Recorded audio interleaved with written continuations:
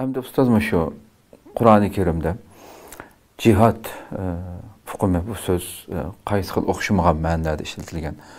Mushuni bir tushunib o'tgan bo'lsak. Qur'oni Karimda jihatninki nurg'un o'xshamagan ma'noga kelganligini uchratamiz.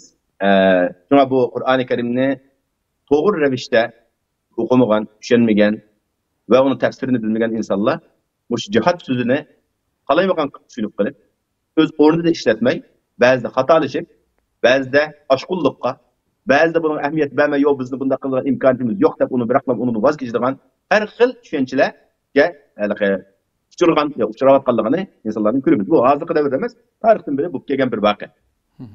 Endi Qur'oni Karimninki bir nimasidan aynigidan qaraydigan bo'lsak, jihad Qur'oni Karimda faqat kishilarninki umumiy dushmanlarninki yo kofirlarning nimasiga tushunchasi qaraganda, ularning nazaridan qaragan vaqtida jihad degan vaqtida urush o'ltirish degan naqddan shu bir nuqtadan qaraydi.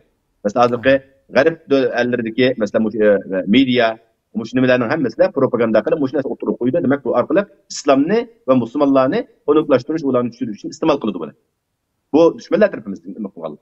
Musulmonlarning ma'lum qismi buni shu bo'yicha tushunganlar bor. Shu g'arb mediasining ta'siriga uchragan. Ba'zilari buni hozir bu narsa yo'q, bu tarixda bo'lgan degan bu tarix bilan bog'lab tugatganlar bor. Ammo biz buni to'g'ri bilan ko'radigan bo'lsak, jihad Qur'oni Karimda urush, dushmanlarga qarshi qurol ko'tarib urush qilish va ulardan o'zgadagi haq bo'lgan narsani ulardan qaytarib olish, ya'ni o'zining zamini bo'lsin, huquqi bo'lsin, mulki bo'lsin, izzat obro'yi bo'lsin, buni qo'g'dash uchun ishlatiladigan kuch, qurol kuchini jihad deyiladi. Shunga Qur'oni Karimda buni qital degan so'z bilan iste'mol qilinadi. Vaqatilu fi sabilillah allazina yuqatilunakum va la ta'tadu. Ya'ni sizlarga qarshi urush ochganlarga qarshi urushinglar. Deb qilib, yine Allah subhanahu wa ta'ala bir yerde bir prinsip o'tirib qo'ygan. Sizlar chekimlardan eshib ketmanglar. Demak, bu prinsip pek muhim prinsipda. Boshqalarninki huquqiga, o'zinglarninkini af bo'lgandan keyin, o'zinglarning huquqiga erishgandan keyin sizlar boshqalarninkiga tajovuz qilmanglar. Ya'ni bu hukm islom tariximizdagi va shu islomning kengaygan vaqtidagi tarixga qaraydigan bo'lsak, mana bu shaklda ilib berilgan. Hech kimga tajovuz qilib besib bilib, butun odamlarni aklab u yerda turg'izib, besib olgan, uning barliq mol-mulkini hamma olgan mana shaklda emas. Ammo ularga da'vat qilish orqali ularni qabul qilgan bo'lsa, islom bilan qabul qilmasa, o'zining ixtiyori bilan, o'zining dini, o'zining urf-odati, o'zining tili, hamma narsani ular qo'g'digan va ularga yo'l qo'ygan asosda ilib borgan. Ikkinchi ma'nosi jihad Alloh yo'liga, ya'ni Allohning diniga da'vat qilish ishidir. Mesela bunun ayet "Vecahiduhum bihi cihadan kabira." Ular qarsan çoğun cihat qilib, katta cihat bu yerda tafsirlarda da'vatni qilish, ya'ni Allohning birlik va barlig'ini ularga yetkazish. Chunki bu bütün payg'ambarlarningki o'rtaq jihadi bu. U'budulloha ma lakum min ilahin g'ayru. Ya'ni bir Allohdan boshqa xudo yo'q, ma'bud yo'q, faqat shu bir Allohga ibodat qilinglar degan bu chaqiriqni ilib berish, endi bu chaqiriq qilish jarayonida nurg'un jafo mushaqqatlarga duch kelgan gap. Jihad degan tirishchanlik, lug'at ma'nosida bilsak, tirishish, surkishish, qarshilikqa uchrash, nurg'un tahdidlarga uchrash, buning hammasiga sabr qilib, dadil turib davom qilish yo'lini. Bu ma'noda shu da'vatninki yo'li bu oddiy masala emas. Masjidlarimizda turib, masjidga kelgan jamoatlarga Qur'onning tafsirini qilish, iqtilodan so'zlash, bu bo'lsa diniy ta'lim berish bo'ladi. Da'vat, haqiqiy da'vat degan nima deganda, bu dinni bilmaganlarga bu Qur'oni Karimninki ruhini, dinimizningki ruhini ularga yetkazish. Bu vaqtda ko'ramiz uniki da'vatninki rasmiy jihad ekanligini. Bu yo'lga kirib manganlar uni his qiladi buni.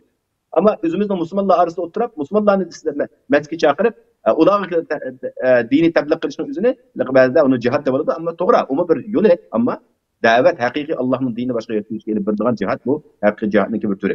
Undan keyin yana insonning o'zininki havoyi havasiga qarshi Allah to'sqan ishlardan yerish uchun mu harakat qilish uchun unga bir kuch kerak, bunga bir jasorat kerak bo'ladi. İnsonningki havoyi havasi, uningki atrofdagi muhiti, nurg'un islom dinida to'g'ri bo'lmagan ishlarni qilishga undaydi. Masalan, shu naqshimizga kirgan shunchalik umumlashib ketganlik masalan, dinimiz ravo ko'rmaydigan ishlarni o'tsa. Hozir muomallarda masalan bir-birini aldaydigan, bir-birini qo'yadigan, shunday muomalaga qalaymaganchiliklar hammasi bo'layotdi. Jamiyatimizda shunchalik umumlashib ketdiki, ya'ni bu narsa boshqalar qaniki men shunday qilmasam bo'lmaydi ekan, yashayolmaydi ekanman deydigan mashakildagi ishlar o'xshash taraflar emas, onun kirib ketadigan taraflari, uni qabul qilib qoladigan taraflari bor. Bu xato. Ya'ni mushuni o'ngshash uchun harakat qilishning o'zi bu bir jihad. Ya'ni jamiyatdagi insonsizlikni, jamiyatdagi qalaymaganchilikni, axloqsizlikni, muomaladagi egizmaslikni o'ngshash uchun harakat qilish. Buning ahllari masalan, tijoratchilar bo'lsa, to'g'ri tijorat qiladigan odamlar boshqalarga tijoratni to'g'ri yo'lni ko'rsatish, dehqon bo'lsa, uni to'g'ri dehqonchilik qilishlik yo'lini boshqalar o'rgatib, buning hammasi islomdagi ko'rsatmasi bo'yicha u jihad nomasiga kiradi. Yana birisi Alloh yo'lida pul xarjlash, Alloh yo'lida uning borlig'ini atash. Ba'zi moli bilan, ba'zi to'g'ri kelgan vaqtda jini bilan buni Alloh subhanahu va taolo yo'lida atash bu jihadningki turiga kiradi. Ana bundan boshqami yine nurg'un turlari tafsiliy kelsak, yana masalan zulmga qarshi turish, mustabidlikka qarshi harakat qilish, haqni so'zlashdan iborat yo'llarning hammasini jihad ma'nida uchirtimiz. Yani Qur'oni Karimda buning hammasining nimasi bor. Dushmanga qarshi urush qilishningki, o'zingning nafsiga qarshi urush qilishningki, jihad qilishningki, bundan iborat da'vatningki haqidagi jihad qilishning yo'llarini nimasini ma'nilarining hammani biz Qur'oni Karimda uchirtimiz.